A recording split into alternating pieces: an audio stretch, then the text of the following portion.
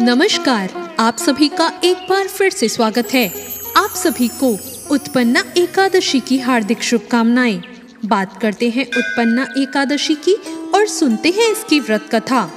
मार्गशीर्ष महीने की कृष्ण पक्ष की एकादशी तिथि को उत्पन्ना एकादशी के नाम से जाना जाता है। ऐसी मान्यता है कि इस व्रत को करने से व्यक्ति को पिछले जन्म के पापों से भी मुक्ति मिल जाती है। उत्पन्ना एकादशी का व्रत करने वालों को इसकी कथा का पाठ जरूर करना चाहिए, तभी इस व्रत का पूरा फल मिल पाता है। इसलिए आइए सुनते हैं उत्पन्ना एकादशी की व्रत कथा। एक बार की बात है, युधिष्ठिर ने भगवान श्री कृष्ण से पूछा, भगवान, पुण्यमयी एकादशी तिथि कैसे उत्पन्न हुई? इस संसार में इसे पवित्र क्यों माना गया तथा देवताओं को ये कैसे प्रिय हुई?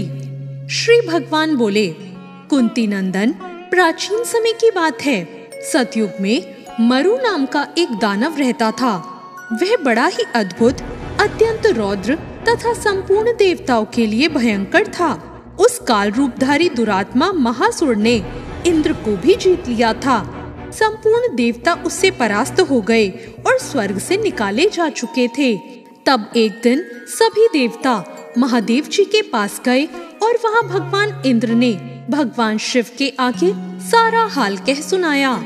महादेव से इंद्र बोले, महेश्वर, ये देवता स्वर्गलोक से भ्रष्ट होकर पृथ्वी पर विचर रहे हैं। मनुष्यों में रहकर इनकी कोई शोभा नहीं होती।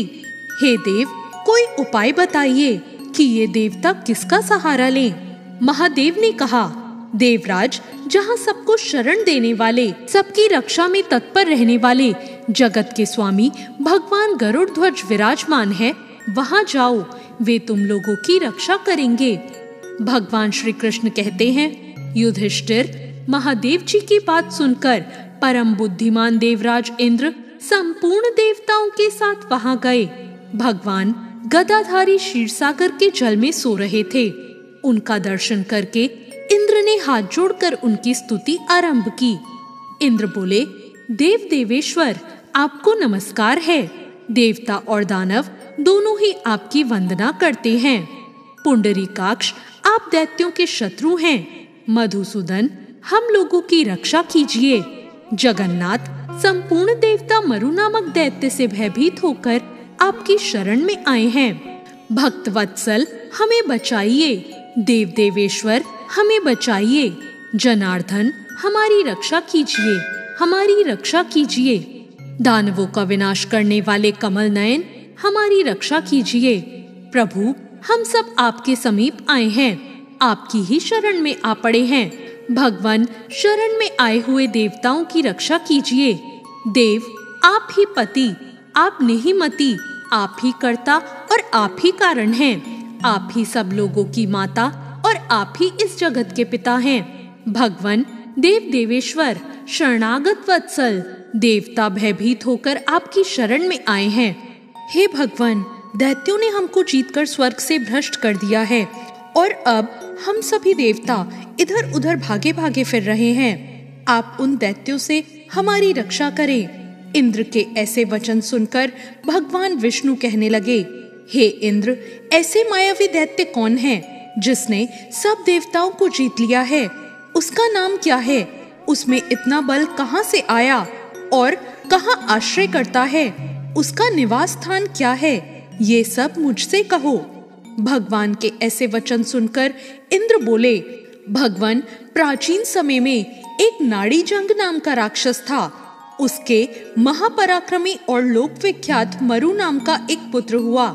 उसकी चंद्रावती नाम की एक नगरी है। उसने सभी देवताओं को स्वर्ग से निकालकर वहां अपना अधिकार जमा लिया है। उसने इंद्र, अग्नि, वरुण, यम, वायु, ईश, चंद्रमा आदि सबके स्थान पर अधिकार कर लिया है।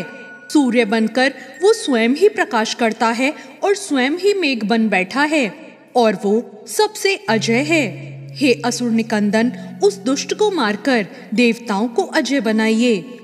ये वचन सुनकर भगवान ने कहा, हे देवताओं, मैं शीघ्र ही उसका संहार करूंगा। तुम चंद्रावती नगरी जाओ और इस प्रकार कहकर भगवान सहित सभी देवता चंद्रावती नगरी की ओर प्रस्थान करते हैं। उस समय दैत्य मरु सेना सहित युद्ध भूमि में गरज रहा था। उसकी भयानक गर्जना सुनकर सभी देवता भय के मारे चारों दिशाओं में भागने लगे। जब स्वयं भगवान रणभूमि में आए तो दैत्य उन पर भी अस्त्र और शस्त्र आयुध लेकर दौड़े। भगवान ने उन्हें सर्प के समान अपने बाणों से बीन डाला। बहुत से दैत्य मारे गए, केवल मरु बचा रह गया। वह अविचल भाव से भगवान के साथ युद्ध करता रहा। भगवान जो भी तीक्ष्ण बाण चलाते वो उसके लिए पुष्प ही सिद्ध होते। उसका शरीर छिन्न भिन्न हो गया था, लेकिन वो फिर भी लगातार युद्ध करता रहा। दोनों के बीच मल्ल युद्ध भी हुआ। 10,000 वर्ष तक उनका युद्ध चलता रहा, किंतु मरु नहीं मरा। थककर भगवान बद्रिकाश्रम चले गए। वहां हेमवती नाम की एक सुंदर गुफा थी। उसमें विश्राम करने के लिए भगवान उसके अंदर प्रवेश कर गए। ये गुफा 12 योजन लंबी थी और उसका एक ही द्वार था। भगवान विष्णु वहां योग निद्रा की गोद में सो गए। मरु भी पीछे पीछे आ गया और भगवान को सोया देखकर उन्हें मारने को अग्गत हुआ। तभी भगवान के शरीर से उज्जवल कांतिमय रूप वाली एक देवी प्रकट हुई। देवी ने राक्षस मरु को ललकारा, युद्ध किया और तत्काल ही उसे मौत के घाट उतार दिया। भगवान श्री हरि जब योग निद्रा से उठे तो सब बातों को जानकर उन देवी से कहा कि आपका जन्म एकादशी के दिन हुआ है और आप एकादशी के दिन उत्पन्न हुई हैं। इसलिए इस एकादशी को आप उत्पन्ना एकादशी के नाम से पूजित होंगी और आपके भक्त वही होंगे जो मेरे भक्त हैं। तो ये थी उत्पन्ना एकादशी की व्रत कथा। आपको ये व्रत कथा कैसी लगी कमेंट करके जरूर बताएं। साथ ही मेरे चैनल भक्ति ज्ञान को सब्सक्राइब करना ना भूलें।